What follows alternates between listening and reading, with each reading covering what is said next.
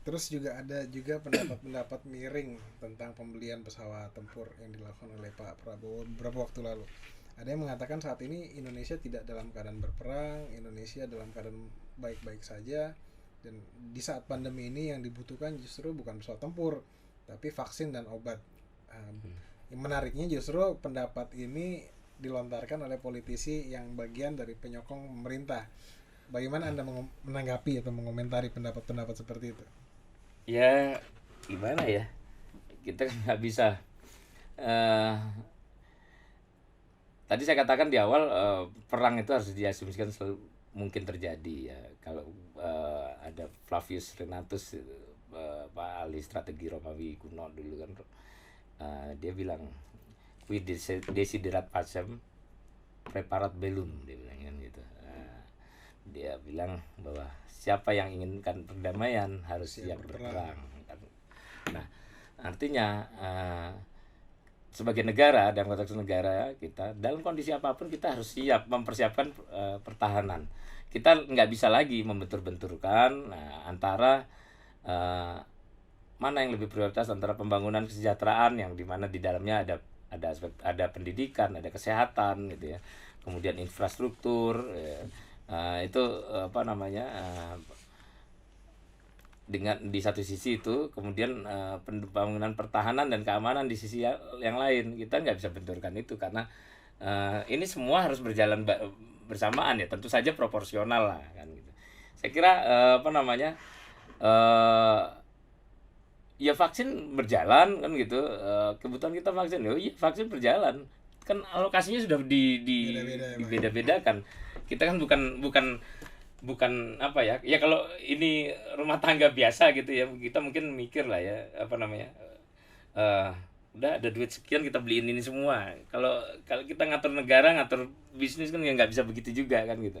Nah, ada duit misalnya berapa, ya kita poskan masing-masing, oh untuk ini sekian, untuk ini sekian, untuk ini sekian. Nanti kalau ada duit lagi yang ini ditambahin, yang ini enggak misalnya kan gitu, ditambahkan kemana.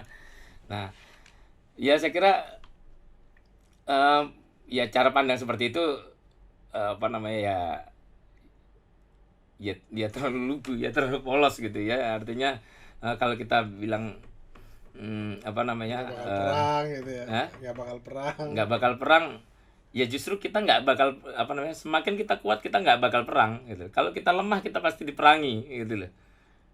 Potensi kita diganggu, diancam, ya kan, ditekan itu semakin besar ketika kita lemah. Makanya negara kecil seperti Timor Leste aja, Timor Leste itu anggaran pertahanannya, rasionya terhadap PDB-nya itu lebih besar dari kita. Kita ini kan kisarannya 0,7 sampai 0,8% dari PDB. Timor Leste bisa sampai 1,2%, dan itu terjadi di masa pandemi. Gitu loh. Artinya banyak negara justru memang meningkatkan anggaran belanja pertahanannya di masa pandemi ini karena kerentanan negara ini sendiri. Ya.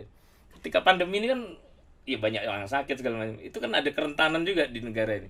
Sehingga mereka harus meningkatkan belanja untuk keamanan, ya kan.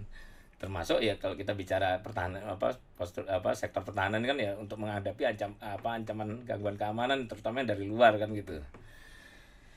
Sehingga ya nggak apa namanya, nggak pas juga ya asumsi bahwa karena kita nggak akan perang kita nggak perlu belanja alat perang ya. Sementara justru eh, konsepnya itu justru kehadiran alat perang itulah yang memungkinkan kita tidak Tidak perang perang. gitu. Tidak perang Iya, gitu. iya, benar.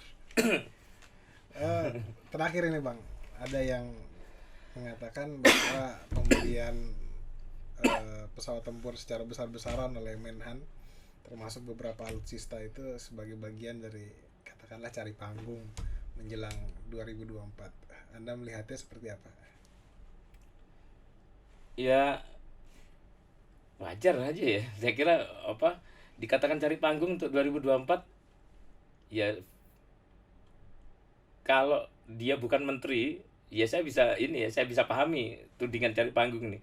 Tapi karena dia menteri dan dia memang harus Melakukan menyampaikan kebijakan-kebijakan itu, dia harus bekerja, dan dia harus menginformasikan apa namanya hasil kerjanya ini dan dia harus tunjukkan hasil kerjanya ke publik. Kalau enggak dia juga dipertanyakan, kerja nggak nih orang gitu ya.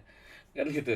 Tapi kan dia harus sampaikan. Jadi kalau dikatakan manggung, ya memang manggung kan gitu, memang manggung. Dan apakah ini terkait 2024 itu yang kita belum tahu ya. Saya nggak bisa jawab, nggak bisa menilai kalau soal apakah ini terkait dengan 2024 atau tidak. Tapi yang jelas eh, ya panggung-panggung itu diperlukan untuk setidaknya mereka, Kementerian Pertahanan dan Menteri Pertahanan dalam hal ini Pak Prabowo ini bisa juga menjawab apa namanya, berbagai pertanyaan publik terhadap apa yang dilakukan Kementerian Pertahanan untuk meningkatkan kemampuan dan kapabilitas sektor pertahanan. Bagaimana membangun kekuatan pertahanan kita, kan dia harus sampaikan.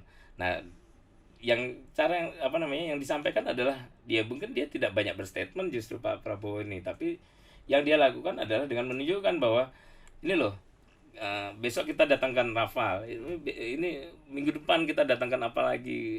Dia cuma ngomong gitu, dia tanpa harus bicara orang tahu, oh ini berarti kan Kementerian Pertahanan bekerja gitu. Tapi Anda melihat sudah tepat Indonesia untuk membeli Rafale? Ya tadi saya katakan ini kebutuhan, ya artinya ini pilihan yang rasional, yang paling masuk akal bagi kita ya. Ya walaupun harganya relatif mahal, tapi dengan skema offset yang ditawarkan, transfer teknologi, kemudian berbagai bentuk kerjasama riset maupun kerjasama produksi yang ditawarkan gitu ya, terus program-program dukungan sarana prasarana, peningkatan SDM segala macam yang ditawarkan oleh Prancis gitu, ini jadi make sense gitu ya. Dan kita akan dapat teknologi lebih banyak, dan di sisi lain kita jangan lupa Prancis juga salah satu negara yang bisa mempengaruhi konstelasi ya secara global gitu kan, sehingga penting juga kita untuk punya kemitraan yang strategis dengan Prancis ini gitu kan. Sehingga ya saya kira ini menjadi satu yang bukan sekedar penting, juga strategis gitu ya dalam konteks peningkatan kapabilitas pertahanan Indonesia maupun dalam konteks menyikapi dinamika lingkungan strategis kita. Oke, Bang Fahmi, terima kasih banyak ini informasinya. Udah berdiskusi panjang lebar tentang pembelian jet tempur, dan kita bicara banyak soal geopolitik Indonesia di ASEAN maupun di kawasan Asia. Tribuners, sekian perbincangan kita dengan pengamat militer dari Institute for Security and Strategic Studies atau ISS, Chairul Fahmi. Sampai jumpa di Tribun Corner selanjutnya. Saya Marvin, pamit undur diri.